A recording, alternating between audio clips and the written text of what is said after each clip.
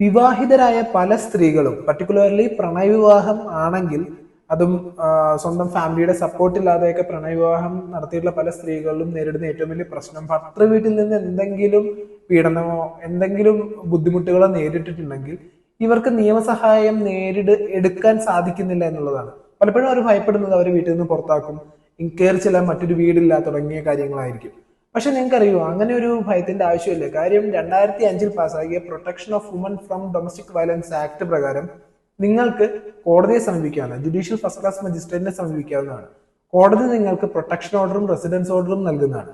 അങ്ങനെയുള്ള ഓർഡറുകൾ ഉണ്ടെങ്കിൽ, അതായത് എക്സ് പാർട്ടിയായി ഇങ്ങനെയുള്ള ഓർഡറുകൾ നൽകും മറുഭാഗത്തെ കേൾക്കാതെ. അങ്ങനെയുള്ള ഓർഡറുകൾ കിട്ടിക്കഴിയുമ്പോൾ പിന്നെ നിങ്ങളെ ആ വീട്ടിൽ നിന്ന് പുറത്താക്കാൻ ഭർത്താവിന്റെ ബന്ധുക്കൾക്കോ ഭർത്താവിനോ യാതൊരു അധികാരവും ഇല്ലാതായി മാറുന്നു. ഇനി നിങ്ങൾക്ക് അവിടെ നിൽക്കുന്നതാണ് പ്രശ്നമെങ്കിൽ നിങ്ങൾക്കൊരു വാടക വീട്ടിലെടുത്ത് താമസിക്കുവാനുള്ള കാശ് ഭർത്താവിൽ നിന്ന് ഈടാക്കാനും കോടതി ഉത്തരവിടുന്നതാണ്. സോ അത് കാരണം തന്നെ അങ്ങനെ ഒരു ഭയത്തിന്റെ പുറത്ത് കേസ് കൊടുക്കാതെ ഇരിക്കേണ്ട കാര്യം യാതൊരു വിധത്തിലും ആവശ്യമുള്ളതല്ല.